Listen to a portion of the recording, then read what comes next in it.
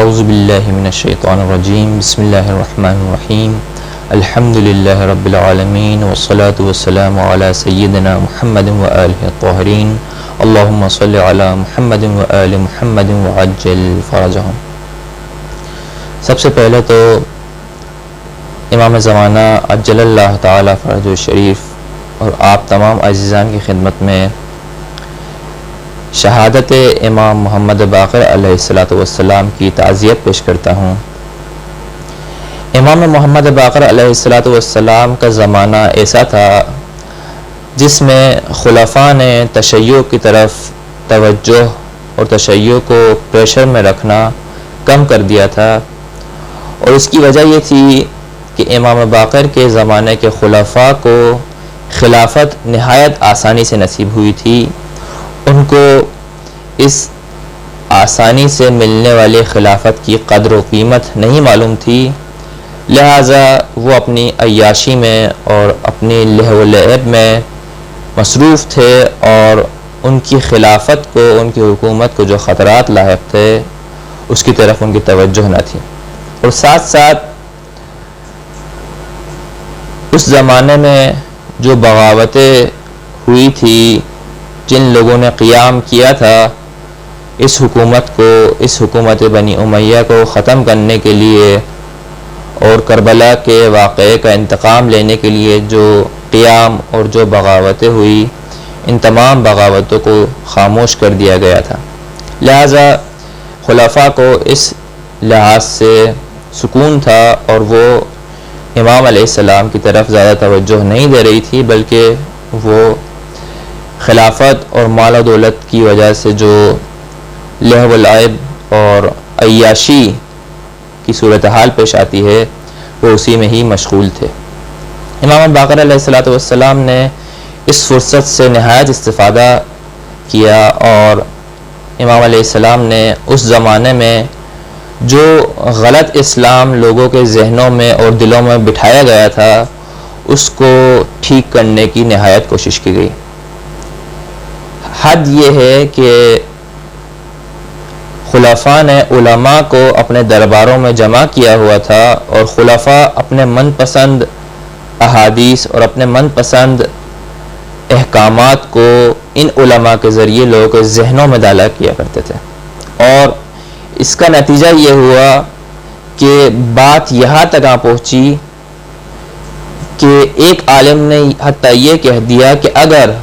کوئی خلیفہ ظلم و جور سے، قتل و غارت گری سے اور ہر غلط طریقے سے، کسی بھی غلط طریقے سے خلافت تک آ پہنچے تو اس کی خلافت مشروع ہے اور وہ مسلمانوں کا خلیفہ ہے۔ یعنی اس حد تک معاشرے کو گمراہی میں ڈالا گیا تھا، اور اس طرح کے احادیث اور اقوال کو لوگوں کے ذہنوں اور دلوں میں ڈال دیا گیا تھا۔ اور امام باقر علیہ السلام نے اپنے زمانے میں ایک جو چھوٹ امام کو نصیب ہوئی تھی خلفاء کے سمت سے، اس چھوٹ سے استفادہ کرتے ہوئے لوگوں کے دلوں اور ذہنوں میں حقیقی اسلام کو پہنچانے کی کوشش کی، اور امام نے اپنے اطراف میں علماء کو جمع کیا، حقیقی علماء کو، ایسے افراد کو جمع کیا جو حقیقی اسلام کو سمجھنا چاہتے تھے۔ حتیٰ امام علیہ السلام کے اندر جذابیت اتنی زیادہ تھی کہ روایات میں یوں آیا ہے کہ جو شخص بھی حقیقت طلب ہوتا اور اپنے ذہن اور قلب کو اس نے تالا نہیں لگایا ہوا ہوتا کہ میں امام کی بات کو قبول نہیں کروں گا یا کسی بھی طرح امام کی بات کو نہیں مانوں گا، یعنی وہ جو آزادانہ سوچ رکھتا، جو بھی شخص آزادانہ سوچ رکھتا اور حقیقت کو ماننے کو تیار ہوتا، وہ جب امام کے ساتھ 2-3 دن گزارتا تو امام کا عاشق بن جاتا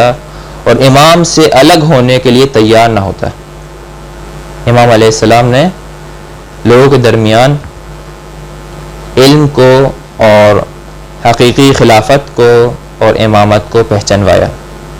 ساتھ ساتھ امام علیہ السلام نے اپنے اطراف میں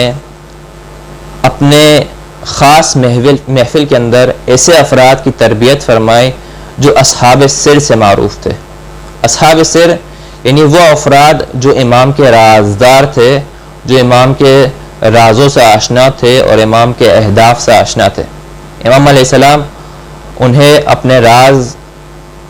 بیان فرماتے تھے اور انہیں خاص تربیت فرماتے تھے، اور وہ افراد ایسے تھے جو امام کے کم ترین اشارے پر امام کے ہدف کو اور امام کے بات کو سمجھ جاتے تھے اور اس کے مطابق عمل کرتے تھے۔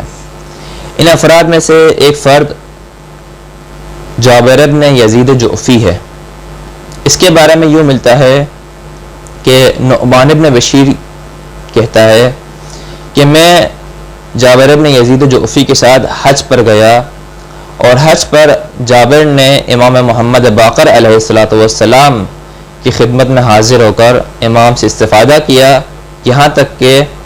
ہمارے واپسی کے ایام آ گئے اور اس نے امام سے خدا حافظی کر اس حالت میں جس میں وہ بہت خوش تھا، امام سے خدا حافظی کر کے ہم لوگ کوفہ کی طرف روانہ ہوئے۔ جب ہم کوفہ کی طرف روانہ تھے تو ایک منزل ایسی آئی جس منزل میں جابر کے لیے ایک خط آیا۔ جابر نے اس خط کو دیکھا اور دیکھنے کے بعد اس خط کو چوما اور اس خط کو اپنے آنکھوں پہ لگایا اور اس خط کو کھول کر پڑھا۔ خط کو پڑھتے پڑھتے جابر کا چہرہ جو ہے وہ اترتا گیا، یہاں تک کہ اس کا چہرہ پوری طرح اتر گیا، اور اس کے بعد ہم کوفہ کی طرف روانہ ہو گئے۔ جب ہم کوفہ پہنچے تو اس کے پہنچنے کے اگلے دن میں نے جابر کے ساتھ جو دوستی تھی اس کو نبھانے کے لیے جابر کے گھر گیا، تو میں نے یہ دیکھا کہ جابر ایک لکڑی کے اوپر سوار ہے اور گھوڑے کی آواز نکال کر اپنے محلے میں گھوم رہا ہے اور بچے اس کے اطراف چکر لگا رہے ہیں۔ مجھے یہ منظر دیکھ کر نہایت تعجب ہوا اور میں واپس اپنے گھر چلا گیا۔ کچھ دنوں بعد یہ خبر آئی کہ خلیفہ نے حاکم کوفہ کو ایک خط لکھا ہے اور اس خط میں یہ بیان کیا ہے کہ جابر بن یزید جعفی نامی شخص کو جہاں پر بھی ملے اسے گرفتار کرو اور اس کا سر قلم کر کے میرے لیے بھیج دو۔ جیسے ہی حاکم کوفہ کو یہ خبر پہنچی، اس نے لوگوں سے جابر کے بارے میں دریافت کیا۔ لوگوں نے کہا کہ جابر ایک نہایت عالم اور دیندار اور حدیث شناس شخص تھا جو کہ سفر حج پر گیا اور سفر حج سے واپسی پر پوری طرح دیوانہ ہو گیا ہے۔ حاکم کوفہ اس کو لوگوں کی بات پر یقین نہ آیا اور اس نے خود جابر کو دیکھنے کے لیے جابر کے محلے میں گیا۔ جب جابر کو اس نے دیکھا کہ وہ لکڑی پر سوار ہے اور گھوڑے کی آواز نکال رہا ہے اور بچے اس کے اطراف میں گھوم رہے ہیں، تو اس نے اس کام سے صرف نظر کیا اور یہ کہا کہ خدا کا شکر کہ مجھے اس شخص کو قتل کرنے کا دھبا نہ اٹھانا پڑا۔ امام باقر علیہ السلام کو ایسے سپاہی، ایسے صحابی نصیب ہوئے جنہیں مولا کی بات پر ذرہ برابر بھی شک نہ تھا، لیکن تاریخ میں ایک اور امام ایسے ہیں جن کو اسی طرح کے ہی سپاہی نصیب ہوئے۔ مولا حسین علیہ السلام نے جب شب عاشور چراغوں کو گل فرمایا اور اپنے اصحاب سے یہ کہا کہ جو جانا چاہتا ہے چلے جائے، تو اصحاب نے، خاندان والوں نے ایسے جوابات دیے جو آج تک تاریخ انسانیت میں چمکتے سورج کی طرح ہے۔ کیا جواب دیا جناب زہیر نے، کیا جواب دیا جناب عباس نے، کیا جواب دیا جناب علی اکبر نے، اور کیا جواب دیا جناب قاسم نے۔ لیکن اس میٹنگ میں، اس محفل میں ایک سپاہی ہے جو موجود نہیں، علی اصغر۔ شب عاشور اور شام غریبہ میں بہت فرق ہے۔ شب عاشور باپ ہے جو اپنے بیٹی کے بالوں میں ہاتھ پھیرے، شہزادے موجود ہے جو اپنے ماؤں کے دل کی ٹھنڈک ہو، لیکن شام غریبہ میں باپ بھی چلے جائے گا، شہزادے بھی چلے جائیں گے۔ مولا حسین نے مردوں کا امتحان لیا اس محفل کے ذریعے، اس میٹنگ کے ذریعے، لیکن خواتین کا امتحان مولا حسین نے کسی اور انداز میں لیا۔ آدھی رات کو مولا حسین نکلتے ہیں اور خیموں کے قریب سے گزرتے گزرتے بیویوں کی آواز سنتے ہیں۔ ہر بیوی بیٹھی ہے، اپنے شہزادے کو تیار کر رہی ہے، اپنے شہزادے سے یہ کہہ رہی ہے کہ اے شہزادے، اے میرے بیٹے، کل اس طرح جہاد کرنا کہ بی بی زہرا تم سے خوش ہو، کہ میں بی بی زہرا کے سامنے اپنا منہ بلند کر سکوں، بی بی زہرا کو جواب دے سکوں کہ میں نے آپ کے بیٹے کے لیے اپنا دل، اپنا عزیز ترین چیز کو فدا کر دیا، مجھے کل بی بی زہرا کے سامنے سرخرو کر دینا۔ لیکن ایک خیمے سے رونے کی آواز آ رہی تھی، رباب کا خیمہ۔ رباب چشمہ علی اصغر کے گہوارے پر سر رکھ کر رو رہی تھی۔ مولا حسین تشریف لے جاتے ہیں خیمے کے اندر، رباب سے پوچھتے ہیں اے رباب، کیا علی اصغر کا انتقال ہو گیا؟ کیا علی اصغر دنیا سے چلے گئے؟ 3 دن تک پانی نہیں پیا، کیا ہمارا شہزادہ دنیا سے چلا گیا؟ رباب فرماتی ہے نہیں، علی اصغر دنیا سے نہیں گیا، لیکن میں یہ سوچ رہی تھی کہ ہر بیوی کے پاس ایک سپاہی موجود ہے، ہر بیوی کے پاس ایک جوان موجود ہے جو جا کر میدان کربلا میں اپنی شہادت پیش کرے گا۔ کل ہر بیوی قیامت کے دن جناب زہرا کے سامنے اپنا سر دکھا سکتی ہے، اپنا آپ کو سربلند دکھا سکتی ہے کہ میں نے آپ کے لال کے لیے اپنے لال کو فدا کیا۔ لیکن مولا، خدا نے مجھے اس گھرانے میں ہر چیز عطا کی، لیکن مجھے جہاد کے لیے کوئی بیٹا عطا نہیں کیا۔ میرے پاس 2 فرزند ہے، سکینہ اور علی اصغر۔ سکینہ لڑکی ہے، لڑکیاں میدان میں نہیں جا سکتی، اور ششمہا علی اصغر اتنا چھوٹا ہے کہ گھٹنیوں چلتے ہوئے بھی میدان کی طرف نہیں جا سکتا۔ نہیں معلوم مولا حسین نے کیا جواب دیا ہوگا، لیکن میرا دل یہ کہتا ہے کہ بی بی کے سامنے ہاتھ جوڑ کر یہ کہوں کہ بی بی، کل سکینہ اور علی اصغر ایسا جہاد کریں گے کہ پوری دنیا، پوری تاریخ عباس اور علی اکبر کا جہاد بھول جائے گی۔ یہ صرف ایموشنل جملات نہیں، یہ صرف ایموشنل باتیں نہیں، یہ حقیقی بات ہے کہ جب علی اصغر نے میدان کربلا میں جا کر اپنی ننھی زبان کو اپنے ہونٹوں پہ پھیرا، اشقیاء کا لشکر منہ پھیر پھیر کر رو رہا تھا۔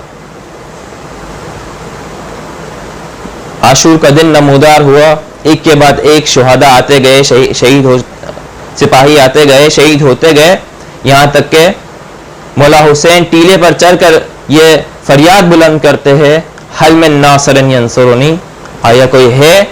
جو میری مدد کو آئے؟ سپاہیوں کی طرف سے، دشمن کی طرف سے تو کوئی جواب نہ آیا، لیکن خیموں میں سے رونے کی آواز آنے لگی۔ مولا حسین خیموں کی طرف تشریف لے جاتے ہیں، دریافت کرتے ہیں کہ ماجرا کیا ہے۔ جواب دیا جاتا ہے کہ جیسے ہی آپ نے استغاثے کی فریاد بلند کی، علی اصغر نے خود کو جھولے پر سے زمین پر گرا دیا۔ شاید علی اصغر یہ کہنا چاہ رہے ہو، ارے بابا، آپ کو ابھی تک ایک سپاہی موجود ہے، جب تک میں موجود ہوں آپ استغاثے کی فریاد بلند نہ کریں۔